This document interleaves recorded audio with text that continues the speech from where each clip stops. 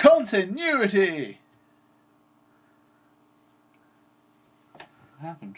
I don't know. I'm different clothing and the lighting is different. We're in a different part of the day. And you're all sitting in the front seat. You're not wearing any pants! Dude, I'm wearing pants. I meant tiara. Let's not talk about when we're off camera, okay? Okay. Anyway. Yeah, Money in the Bank. What were we talking about? Finlay rapes a woman. No! Flair has Alzheimer's. Look. He gets taken away for treatment. 3-man powerbomb. Oh yeah, that happened. Yeah. People. So yeah, Bobby Lashley's dead. Flair comes back and he's just like chopping everyone. He's limping back. Limping back. He just starts chopping people left, right, and centre. It's like Night of 1,000 Chops. But Ric Flair. But with Ric Flair, not Tatanka, who's not on this pay-per-view, sadly. Oh. He should have been in Money in the Bank. Finlay Shillelagh's Flair, killing him for a second time. Over the head, I think. Yeah. Wow, he's gone. He's dead. What was it? I think he was bleeding. I think Ric Flair might have actually been bleeding. I can't remember. No, I think he was, yeah. Whatever, he was unconscious surprising for a second time. Lashley does a Dominator, which is an awesome move. As much as I dislike Lashley, the Dominator is a cool move. Farouk used to do it. Farouk never hit it, but he went for it quite a lot. Bobby Lashley actually did it. We haven't talked about RVD that much. No, and he did an awesome Van Daminator after this. Yes, he did a lot of stuff with the chairs. Yeah. RVD and a chair is always good. Yeah. RVD's always good. This is one of the matches where he jumped from one side of the ring to the other. Yeah. It's awesome. Actually, the only thing with Van Daminator is the camera does miss it. Yeah. Like, you can't just see Van Dam fly in at some random point. What? Do you want to talk? Hardy kind of has his moment of fame. Yeah, Hardy, ladder, shit's going down. Yeah, so he does like a leg drop, which is really disappointing because it's like, I remember like Jeff Hardy would like get on top of the ladder. Yeah, and do a swanton off it. Yeah, or like the top of the cage or something. In like, Matt Hardy doesn't do that. Like he sets up I think the tallest ladder. Yeah, he finds like the biggest ladder. I've got the tallest ladder in the world. Puts it up, and then I think this is on Lashley. I think. I can't remember. I can't remember who does it too. Might be Finlay, because I think Finlay. He gets like halfway up the ladder and does a drop kick. Yeah, no, leg drop. Leg drop, whatever. Yeah, I don't know. So yeah, Matt Hardy is a pussy. Yeah, almost like he is to Lashley actually, and he does a side effect to Finlay off the ladder, which is pretty cool. Yeah, like that's a bit cooler. Because it's a side effect. But RVD frog splash off the ladder onto Finlay. Yeah, always awesome. EC Dub Charm. Yeah, and considering ECW is going to exist not too long from now. Well, I say ECW is going to exist not too long from now. The abortion that became ECW. WWE ECW. Yeah. Call it. You got Matt Hardy. Oh, Christian, sorry, is like ECW. Oh, no, Ezekiel Jackson was the best one. Ezekiel Jackson is ECW World Heavyweight Champion. That's when he got rid of it. Yeah, I liked some of the wrestlers in that, but there's too much crap. I didn't really know how to work it, did they? No. Anyway, that's not about that. Right. Yeah. Benjamin jumps on the ladder. Yeah, so I was like... Him and Hardy just go straight to the outside. It was like... Was it Hardy fighting someone and like... because there was like two ladders. Yeah. And Sharon just like... hops onto it. I think it's RVD as well. Yeah, he's fighting. It's like Matt and then like Benjamin and Hardy go outside the ring, painfully. Yeah. Actually, Benjamin always like ends up outside of the ladder match, and in a really painful way. But that was pretty cool when RVD grabs the title. There was something else. There's something to do with the ladders, which was really cool. Just all tumbling down. So informative. No, like those ladders and just stuff. The ladders all like tumbled down and stuff, which kind of happens in a ladder match. Let's go on. Let's move on. Like there's ladders and shit, and like shit happens with the ladders. Yeah, but like they all fell off the ladders, which kind of happens in every ladder match. Okay. Anyway, but yeah, my thoughts on the match. Actually, a really good ladder match. Yeah, looking back, actually, that was a really fun match. Apart from Bobby Lashley. Even Bobby Lashley wasn't really that bad. I know he sucks, but the Dominator is a cool move, and I liked Finlay in it. He took a Van Daminator. Well, yeah, but any of them could have taken that. Ric Flair should have taken Van Damme. Well, he took a shillelagh. Yeah. Finley was pretty awesome in this match, actually. Yeah, Finley was cool. Surprising. That's what I was saying. Like, Matt Hardy may have been a little bit disappointing, and Shelton Benjamin's always good. Yeah. He's basically a crash test dummy. Yeah. He's a dummy, definitely. No mama tonight. Thank God for that. They could have just killed her off. She could have been a ladder match. That would have been awesome. With Viscera coming back. So yeah, I thought pretty good match. Yeah, I mean, seeing Ric Flair in that match was a bit people bizarre. like Ric Flair and RVD kind of saved that match. And so did Shelton Benjamin, I guess, as well. Yeah, Ric Flair's a surprising choice, but he handles him. He did what you'd expect Ric Flair to do. I don't actually remember Ric Flair going that high up a ladder. And Ric Flair, surprisingly, is willing to do everything. Yeah, no, that was really fucking crazy. Jumping, He's like 90 years old. Or 70 years old, or 60 might years as well old. be 90 years old. Yeah. So yeah, moving on. There's a young child interviewing Mean Gene Okerlund. Oh, yeah. Josh Matthews. I hate Josh Matthews. And like, Mean Gene's always awesome. And Randy Orton comes in, he's got his Legend Killer gimmick, and he's like, he mouths off to Mean Gene. How long did the Legend Killer go on for? Because I loved the gimmick, but 3 or 4 years. I didn't know how it went on for that long. Maybe I seem to remember him like doing it in like 2004 and up to 2006, probably 2 or 3 years. It was after Evolution, or was it during Evolution? Did he start doing Legend? Yeah, it's during Evolution. He fought Mick Foley whilst he was in Evolution, and he was doing the Legend. I'm sure he did stuff before that as well. No. So it might be 2003, 2004 it started, and he was doing it now in 2006. I mean, it's a year before he had his match against Undertaker at WrestleMania, and that was an awesome match. So this year, he's in a triple threat match for the World Heavyweight title. His career's going well. I'm sure this kid's going to do well in the future. Yeah.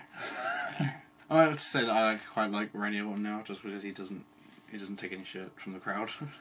He just looks at them like, you bastards. Yeah. But Randy Orton cuts a standard promo and Batista interrupts him. It's just like 2014, isn't it? But people are actually cheering for Batista. Yeah. I keep mentioning this for like every pay-per-view, but it's like, people like Batista back then. Up to this point, he's only won the world title like 2 or 3 times. He's basically like one of the top guys who's still popular and stuff. So he had a great match against Triple H. We had a couple of great matches against Triple H the year before. So yeah, Batista's on a high spot. Not in this day and age. Yeah. Moving on. Howard Finkel showing off the Hall of Fame inductees. I don't like this. So I'll say the name, and you think, are we deserving of their... I don't even know who they are. Mean Gene Okerlund. Yeah. He's awesome. Yeah, he's awesome. Sensational Sherry. Exactly, I don't know who that is. She's a great woman. Probably one of the best women's managers of all time, so she is deserving. Tony Atlas. Who's that? He was tag team partners with The Rock's dad. Okay, yeah. Well, and also manager of Mark Henry at one point. Okay, maybe not. Vern Gagne. I don't know how to say his name. Vern Gagne. That? He's a booker. He's run a couple of federations, I think. And he did a lot for wrestling. He's very deserving of his place. Okay, fine. The celebrity inductee, Fridge Guy. Who? I didn't actually write his name down. I just wrote Fridge Guy. Who's Fridge Guy? I don't know. This guy's good. The Blackjacks. Yeah. Great tag team from the old days. Yeah. Eddie Guerrero. Yeah. And he gets the loudest chant. Yeah. Obviously. He recently just died. Any respect, still going on. Chavo and Vicky come out. Yeah, I know. And we've seen like Vicky on like 3 of the 4 pay-per-views we've reviewed so far. Or was it 4 of the 5 actually? She hasn't said 1, 2, 3, 4. No, this is the 4th. So we've seen her like 3 of the 4 pay-per-views. And we're not annoyed with her yet. Yeah, she hasn't said anything, no. Really. She's not being Give it a couple of years. Aww. So yeah, that was the Hall of Fame inductees. Was it? Yeah. It was a pretty good selection, I think. Huh. Okay. Moving on to the next match, Chris Benoit versus John Bradshaw Layfield for the US title. Let's start off with a sign. One of the crowd signs, which is awesome. There's a picture of beef jerky, and then picture of JBL. It's beefy jerk. Oh yeah. Beef jerky and beefy jerk. It's funny. Awesome stage. The stage lifts up and the limo drives underneath it. That was pretty cool. Like when I see that, I do think that like JBL is actually a billionaire. Yeah, I still like him. I like Bradshaw. Don't like JBL. The match starts with them locking up and basically just punching each other, and like the commentators are going on about how this is a physical match. And JBL wants to win to prove, because he beat Eddie Guerrero, he now wants to beat Benoit to prove that he's the most physical and technical wrestler. Yeah. Which is stupid. Yeah. He hides behind Jillian Hall like he does at every pay-per-view we've seen so far with him in. Yeah. Because he did that against Boogeyman as well. Never goes well either. No. And he cheats a few times. He does a superplex, which is awesome. He also does a lot of Eddie taunts. Yeah, he does his the dance. The dance. Yeah. And he does the free suplexes. Yeah, he does, yeah. And Chris Benoit's like, fuck, no. That's it. Actually, the other thing I noticed about this match is that JBL has massive tits.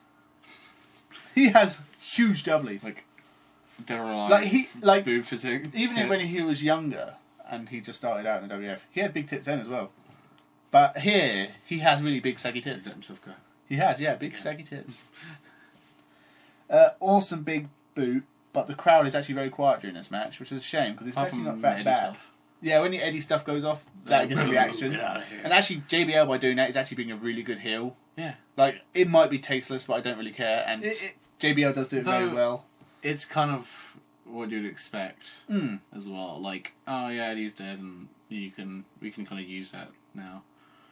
So JBL does. That's the thing. It's like if a young guy was doing it, I may be more offended by it, but because it's like if it's Bradshaw, he's a veteran. He's probably. Oh no, Randy Orton did do it already, didn't he? Kind of taunt. Yeah, he did taunt. So yeah, Eddie, but that was a bit more maybe, like you don't even know who Eddie is. That's not really true. I know, but that's but what yeah, it seems like. I think JBL gets away with it a bit more than most people could. Yeah. Yeah, but JBL is that character. He's like, dick, rich guy. Yeah. That doesn't make sense, but yeah. So JBL, the finish of this match, JBL goes for a clothesline from hell. Benoit counters into a crossface. JBL, he grabs the rope. Well, he rolls Chris Benoit up, grabs the rope. Yeah. JBL wins by cheating. Yeah. JBL is United States champion. Which is kind of surprising, because of the Eddie thing and Chris Benoit, and like they build it up. So he's like, I'm gonna prove that I'm best technical wrestler, and he wins. Yeah. Yeah. I actually really enjoyed this match. I don't know. I don't really like JBL's matches, but Chris Benoit's a good wrestler. Was a good wrestler. And when it's like not what you expect for an ending of a match, it's pretty cool. Yeah.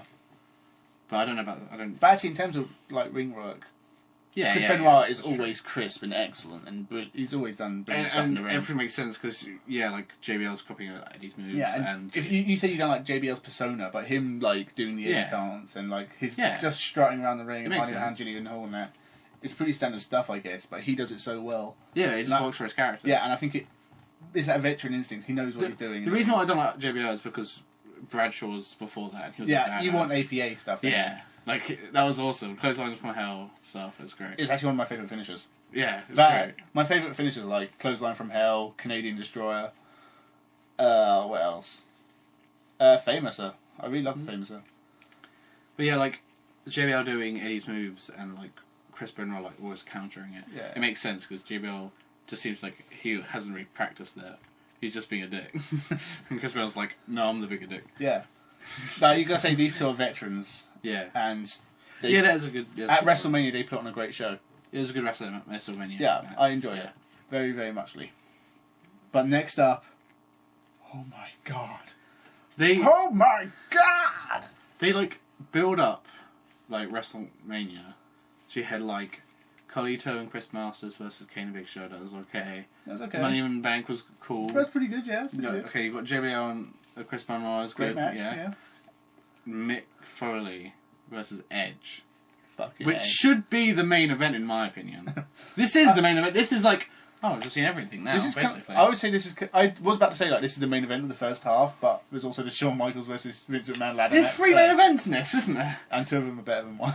The main event, those 2 matches, Shawn Michaels one and the Edge one, are better than the final. The only thing I would say is that Mick Foley in a main event in 2006 is kind of dumb. Kind of like having him win the world title in 2010. But... like he did. And again, like Shawn Michaels versus Vince McMahon, it feels like Judgment Day or some other pay-per-view in the middle of the year, that would be the main event. But this is WrestleMania. You've got to have the world title last. Yeah, I know that, but like when it comes to like just the match itself, the excitement, just how the wrestlers are working together, like it was so exciting, and it gets them pumped, like the crowd pumped, but not in a good way because after that, like we will get into like some of the Divas matches that actually happen. But back to this match. Like, I love Mick Foley. He is my favourite all-time wrestler because he is just... His commitment and, like, the things he's done is just out of his... It puts, like, everyone else to shame because, like, I've read all his books, I've got his DVD. His personality in, like, real life is amazing, but his wrestling persona, all his wrestling personas were always awesome. His promos are some of the best in wrestling history. His matches are... Like, the things he does to his body in his matches, they're absolutely crazy. And so I have, like, the utmost respect for him. He's fantastic. Edge is also another one of my favourite wrestlers. He's always been good. He was never a rookie. No. Like, since he came in to, like, when he retired, he was always great. Yeah. Again, his character was great. He was always cutting great promos. His persona in the ring was great. His work, like, how he worked and his moves were always great. You can tell, like, everyone agrees, because when he left, I was quite sad. And it wasn't like... And the reason why he left as well really hurt, I think. Yeah, but like... Yeah, sure, John Cena's like the biggest... Well, not really anymore, but like... John Cena technically was the biggest wrestler. He was the biggest star in those days, yeah. But if he left, I don't think it would have been as sad as Edge. Because Edge is a really good wrestler. Not if you're over 12, anyway. True, but like Edge is really good. I think if you're a long-time fan, then Edge is really important to you. And... Yeah. You know, you've also got Lita in this match as well, which is, again, it's a much-loved diva. So this match has everything going for it. But you got to think, the one thing that may hold it down is the fact that Mick Foley, he's retired for a long time now, and his body's in quite bad shape. There's no way he can go like he used to. Guess what? He proves you incredibly wrong. It's because Mick Foley doesn't give a fuck. He doesn't. It doesn't seem like that, but, like... Oh, we'll go through the match, because this match is awesome. It is. The promo for this match as well was great. Set up the history of it perfectly and showed all the stuff that had been going on Raw and SmackDown. With, like, Mick Foley getting beaten down and always coming back up. And I love Foley. Also, the other awesome thing about this match is they got Joey Styles on commentary. Yeah. Well, actually, you say that's awesome. That's not so awesome because I don't think he's allowed to say God. He does say, oh my God. He does say, yeah, that's true. Because there's a bit where he's like, oh my... And then, yeah, I guess... When the main thing happens in this match, she's like, I can't hold it in anymore. But yeah, Joey Styles. It kind of fits with Mick Foley. He should just follow Mick Foley around. Yeah. Like, oh my God! Like, oh man, I just dropped a banana. Oh my God! Like, what? Just for everything in his life. Actually, I must say, the first thing I noticed is that Foley's looking particularly chunky for this match. I haven't got a problem with that. He's still awesome, but he's a chunky monkey. Funky the match basically starts off with these really hard cookie sheet hits to the head. And it's like, I thought the match was going to end in like 3 minutes because Edge hits a spear. But like Mick Foley, like Edge is holding his head and he's bleeding. And like Mick Foley's like, and he's like, takes his jacket off and he's got like barbed wire tangled around him. That was awesome. That's hardcore thinking. That's like... Well, that's like... Yeah. That made me believe that Cactus Jack was there. Because, like, it's not like bringing... Like, he's like thinking outside of the box where he's like, okay, I should bring something to the ring.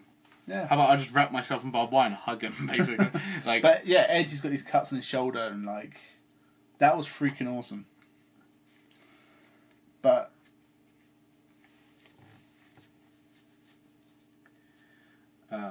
Lita's on, like, Mick Foley's back. Yeah. And he clotheslines Edge with Lita on his back over the top rope. Classic Foley, but with added awesome. Neck breaker on the outside. Hard-hitting stuff. And then Foley takes a hip toss into the stairs. Shit, man. And then he goes over the stairs as well. Yeah.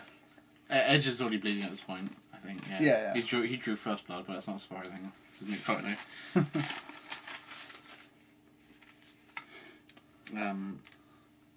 Oh, and then like Edge throws Foley back of the head first onto the ramp, Hate that. It looks so painful. Yeah, like there's a lot of headshots in this match, which can't be good for Mick.